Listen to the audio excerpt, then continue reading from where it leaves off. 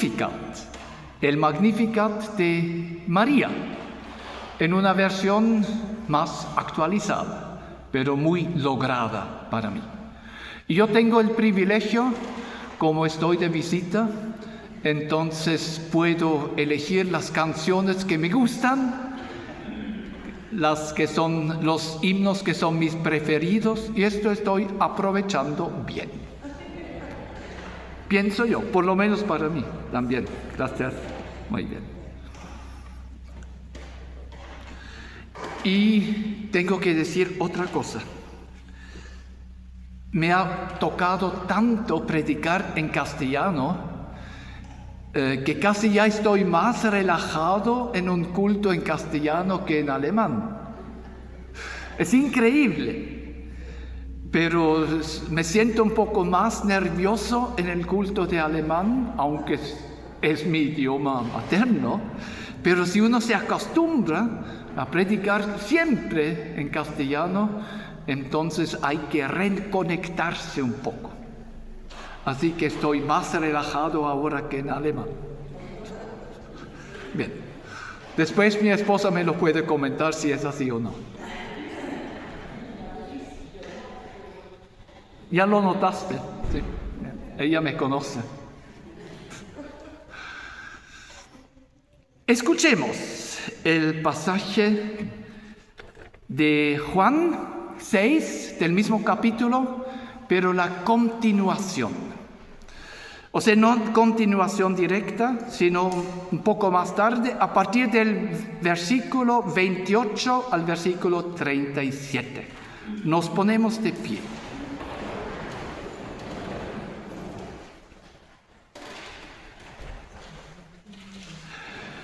Los judíos le preguntaron: ¿qué debemos hacer para realizar las obras que Dios quiere que hagamos?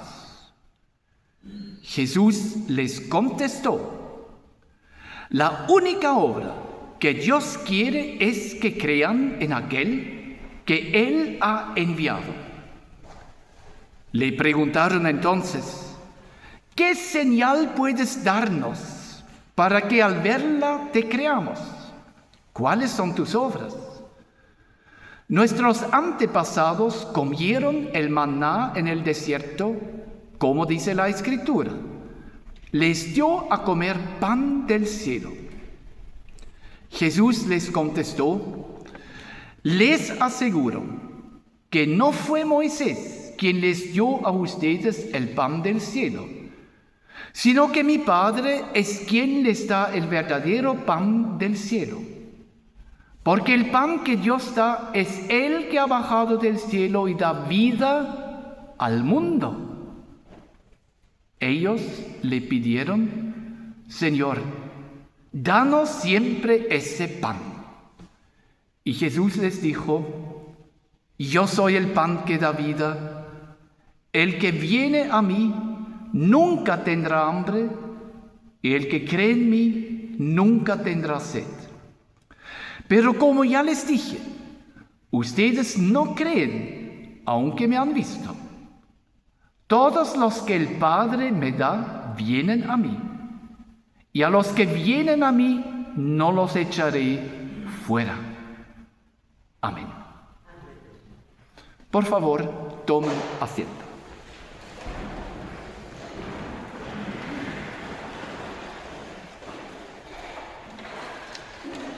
En la lectura escuchamos la frase de uno de los discípulos: ¿dónde compramos el pan para tantas personas? Cuando nosotros aún vivimos aquí en Santiago, esa pregunta tenía una sola respuesta: compramos el pan donde Fuchs. Evidentemente, los que conocen a los descendientes alemanes que viven en Santiago saben quién era la panadería Fuchs. Y a veces se sorprendieron porque para una familia con 5 chicos y a veces 3 adultos, mucho tiempo teníamos otra persona en la casa, Entonces para 8 personas se necesitaba mucho pan. Y para no ir todos los días a la panadería, yo compré en grandes cantidades para una semana, para que alcance. Pero ahora ya no puedo disfrutar tanto el pan, porque mi médico me prohibió, no me prohibió, tan drástico no es, pero me dijo, ya no coma pan. No siempre soy un paciente obediente, tengo que reconocerlo. Pero trato de cumplir. Y en la otra visita me preguntó, parece que usted está haciendo caso, porque veo los resultados. Y le confirmé, sí, casi siempre, con excepciones. No hay que ser tan dogmático.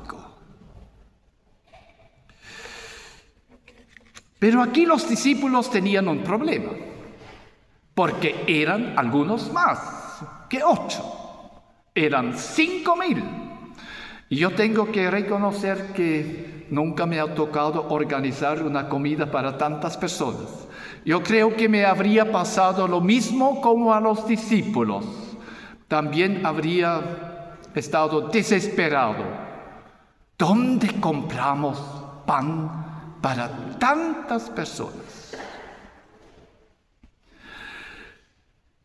Y Jesús tiene esa capacidad de captar un tema. Bien, primero tiene la capacidad de realizar un tremendo milagro, que yo creo que se les grabó a todos los asistentes a esta comida. Escuchamos. ¿Cuántas cestas sobraron al final? 12, ¿no? Sí. 12 cestas.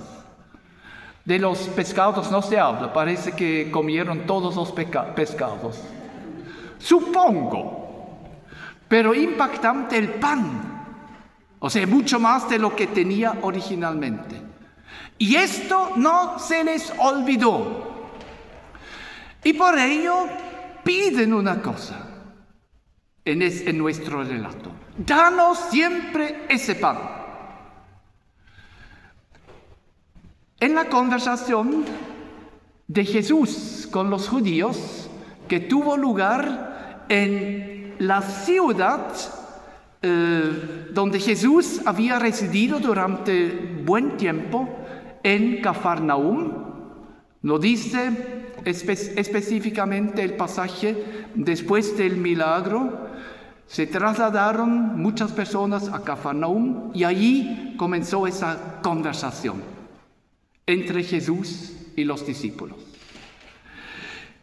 Y hablan de distintos temas, pero sobre todo hablan del pan. Y yo incluí algunos versículos más en este pasaje que escuchamos, que originalmente propuesto por los liturgos, que eligieron solamente los versículos 30 al 35.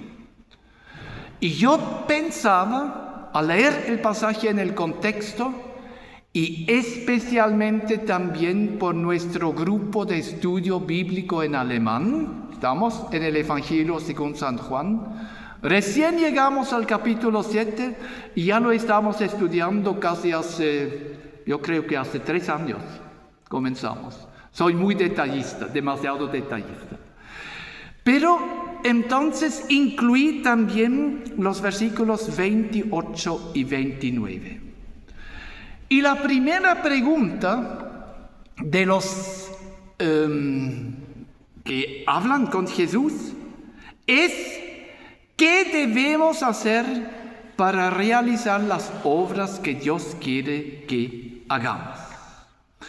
Es una pregunta que aparece varias veces en el Nuevo Testamento.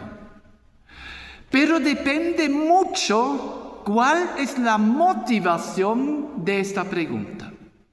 No sé si ustedes tienen presente uno de los momentos más culminantes para la Iglesia, para la formación de la iglesia, después del sermón del apóstol Pedro en Hechos 2, Pentecostés, los que estaban presentes preguntaron: hermanos, ¿qué debemos hacer?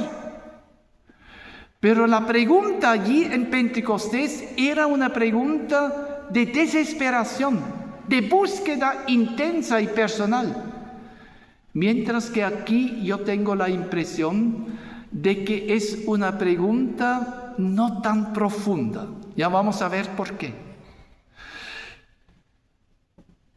¿Qué dice la pregunta? ¿Qué debemos hacer para realizar las obras que Dios quiere que hagamos? 3 veces la gente consulta qué debemos hacer para hacer las obras que Dios quiere que hagamos. O sea, 3 veces dirigida a la acción. Tenemos que hacer algo. ¿En qué podrían haber pensado? No sé, francamente no lo sé, no tengo idea. Pero lo que sí me llama mucho la atención, que su pregunta está enfocada en hacer algo. Y nuestras preguntas, cuando se refieren a la vida eterna o a lo que Dios quiere, también muchas veces está enfocada en hacer. ¿Qué puedo hacer? ¿Qué obra buena puedo hacer para ganarme la vida eterna? Y yo creo que es una pregunta muy típicamente judía. O digo mejor, una pregunta típicamente humana. Yo creo que es humana. Porque nosotros siempre queremos hacer algo. Y yo creo que desde la perspectiva judía, se refieren o han sido marcados por los 10 mandamientos. Porque los 10 mandamientos hablan del hacer. No cometerás, hacer. No hacer, sí, bien, hacer o no hacer. No cometerás adulterio, no matarás, no robarás, no levantarás falso testimonio en perjuicio de tu prójimo, no tendrás envidia, no envidiar. O sea, a lo que, en este caso, no debemos hacer, a lo que debemos evitar. ¿Y qué responde Jesús? ¿Qué tenemos que hacer? ¿Qué tenemos que hacer? Creer. ¿Cuál es la diferencia entre hacer y creer? ¿Hay una diferencia? Sí. Porque hacemos las cosas con las manos, con los ojos, con el oído también, con los pies, pero creemos con el corazón. Esa es la gran diferencia. Jesús no comienza a enumerar: haz esto, haz lo otro, haz lo tercero, haz lo cuarto, haz lo quinto. No enumera una larga lista de cosas que tenemos que hacer, sino que nos dice una cosa quiere Dios: creer. Pero específicamente creer ¿cómo? No, mejor dicho, creer en ¿quién? Creer en Jesús. Imagínense. Esta es la voluntad de Dios. Eso es lo que Dios quiere. Esa es la prioridad de Dios. Creer en Jesús. Que crean en aquel que Él ha enviado. Para ello vino Jesús. Para que creamos en Él. Para que confiemos en Él, para que contemos con Él, para que nos basemos en este fundamento. Y podríamos buscar muchos otros sinónimos. En el Nuevo Testamento hay un capítulo que se dedica exclusivamente a la descripción de la fe. ¿Quién sabe cuál es este capítulo? ¿Quién lo sabe? Ya, entonces, una tarea. Cuando lleguen a la casa, lean, por favor. Es un capítulo fundamental. No, te equivocaste. ¿Sabes qué capítulo? No importa. No, muchas gracias. Sí. Yo tengo que dar clases a mi esposa. Hebreos 11. La fe es.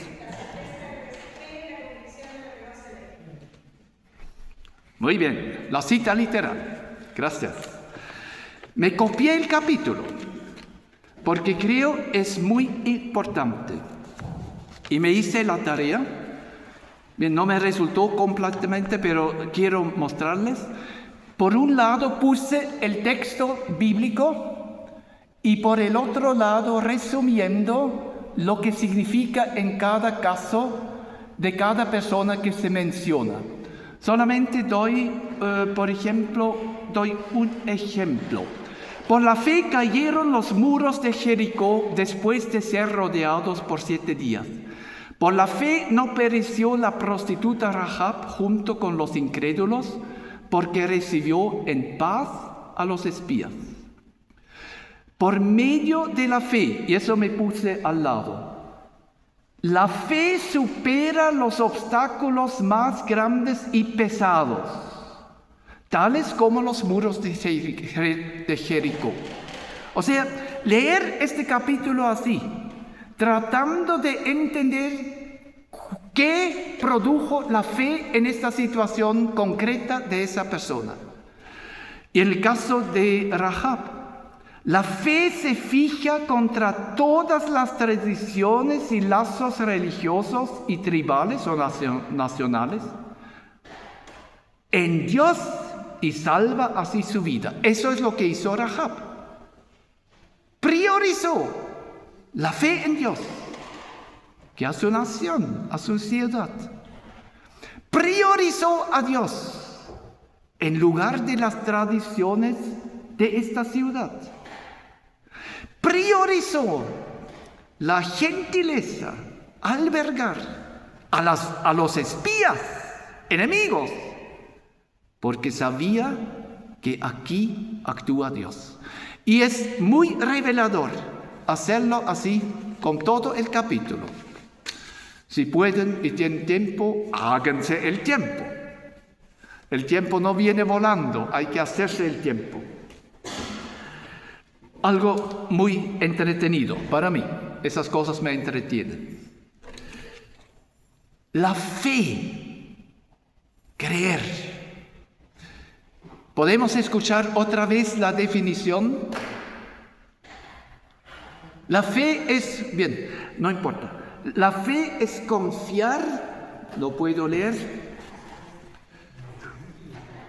Lo tengo aquí. La fe es la constancia de las cosas que se esperan, la comprobación de los hechos que no se ven. Es un versículo sumamente complicado para traducir. O sea, eso solamente como información adicional. Hebreos 11:1.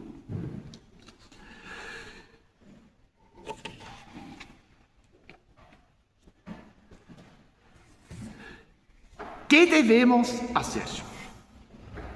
Y la segunda pregunta es, ¿por qué debemos creer en ti?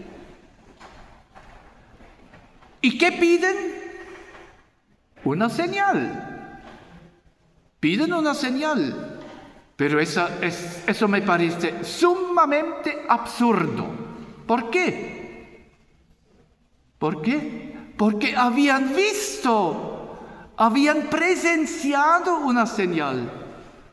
Habían visto cómo Jesús da de comer a 5,000, más las mujeres y los niños. O sea, era una cantidad enorme. Nosotros en Valdivia vivimos en un condominio, en el 5º piso, en un departamento en el 5º piso, sin ascensor, hay que subir, pero nos entrenamos diariamente, hay que subir.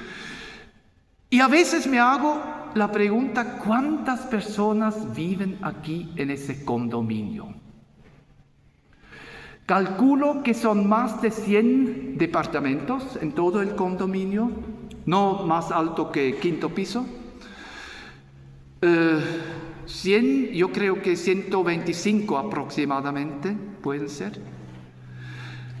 Una familia, contemos 3 personas, 4 personas, serían 500 personas. Para mí una cantidad enorme. En el pueblo donde me eduqué éramos 300. Y siempre tengo presente ese número de comparación. Más que en Ifil, donde me educaron. Y dar de comer a esa cantidad. O hay un estadio en Chile donde entran 10,000, solamente 10,000. Yo sé que en el Estadio Nacional entran mucho más. Pero un estadio de una ciudad en la región donde entran 10,000, imagínense, este milagro lo habían presenciado y habían visto cómo los discípulos recogen 12 cestas de comida. Y ahora piden por una señal. Ver para creer, absurdo. No habían visto y no son capaces de creer.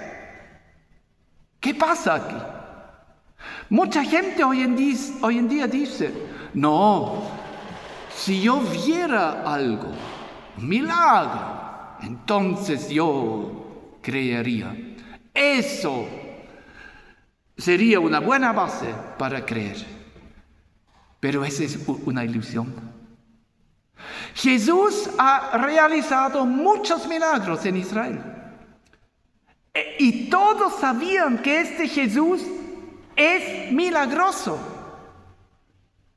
¿Creyeron todos? No. Fue una pequeña cantidad de personas. ¿Por qué no? ¿Por qué no? Porque no entienden el mensaje de un milagro. Escuchamos en la lectura un milagro en el Evangelio según San Juan. Es una señal. Y una señal señaliza algo, habla de algo, se refiere a algo. Lo que los presentes en el milagro no habían entendido, que este milagro que habían presenciado habla de Dios. Habla de que cada comida que recibimos es un regalo de Dios. Lo que ustedes van a almorzar hoy, cuando vuelven en la casa. Ahora no quiero que se junte ya la saliva, porque ya se están preparando para almorzar. Pero todo lo que van a comer hoy, y siempre, y todos los días, es primero creación de Dios. Nada es lógico, nada. Ningún grano de arroz, ninguna papa, ningún tallarín, ninguna fruta, ningún plátano, ninguna naranja. Y ustedes pueden seguir enumerando. En todo se manifiesta el poder creativo, creador de Dios. Eso es lo primero. Pero lo segundo es que cada comida habla al mismo tiempo de la eternidad. Habla de la comida eterna. Y eso es lo que Jesús tiene que enseñarles a los judíos.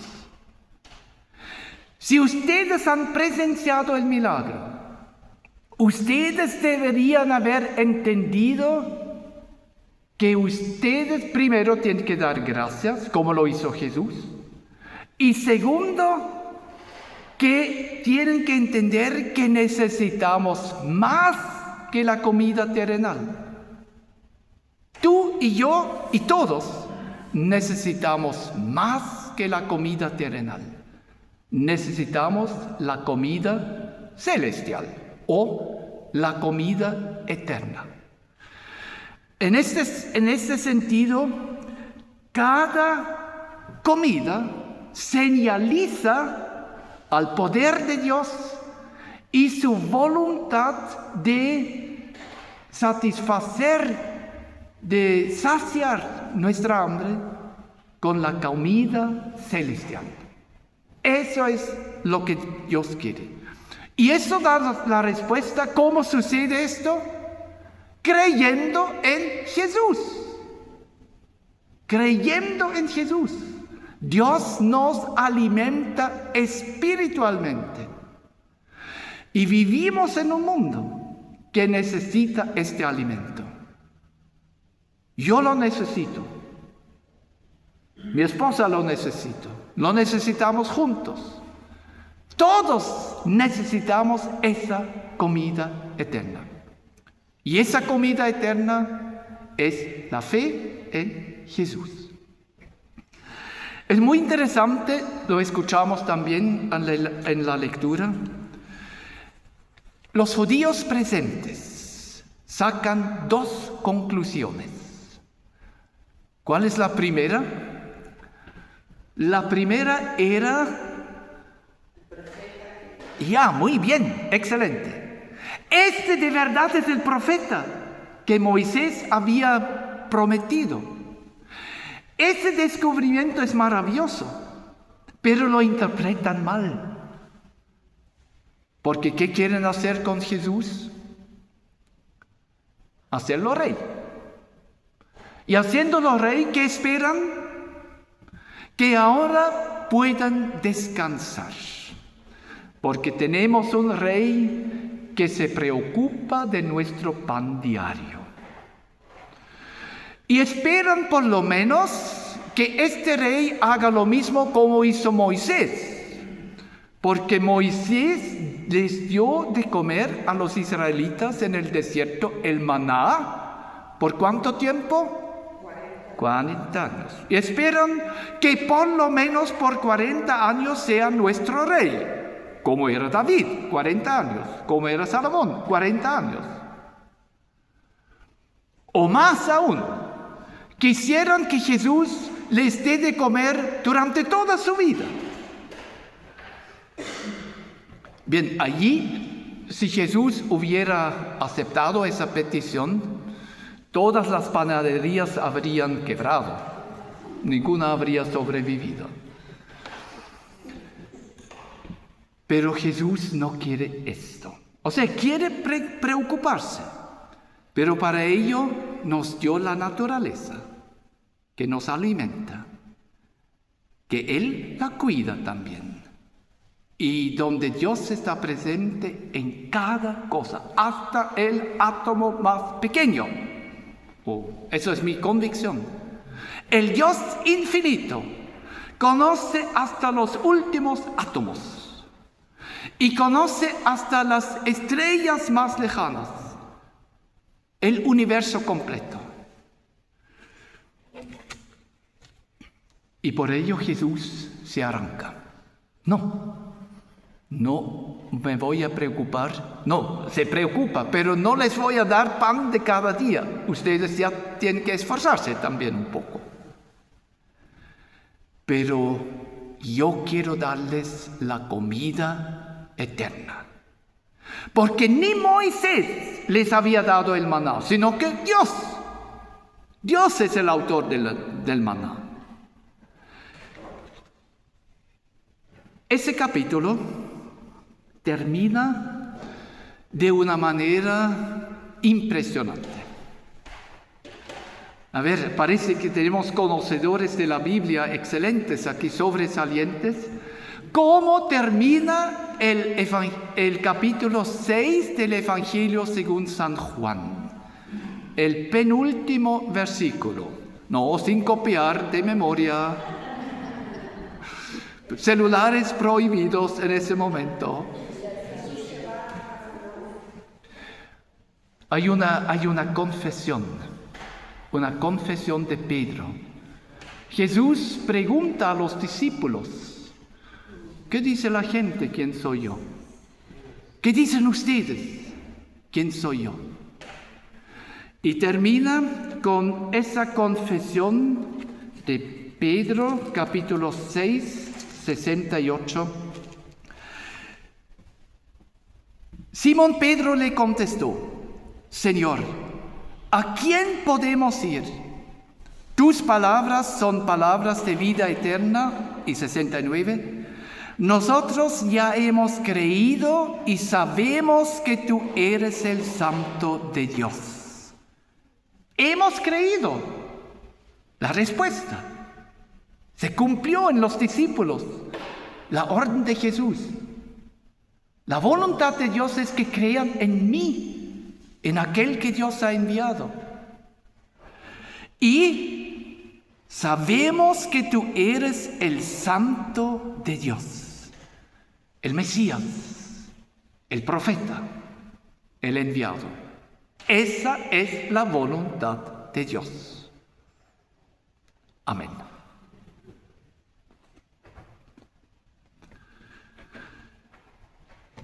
Cantemos el tercer himno.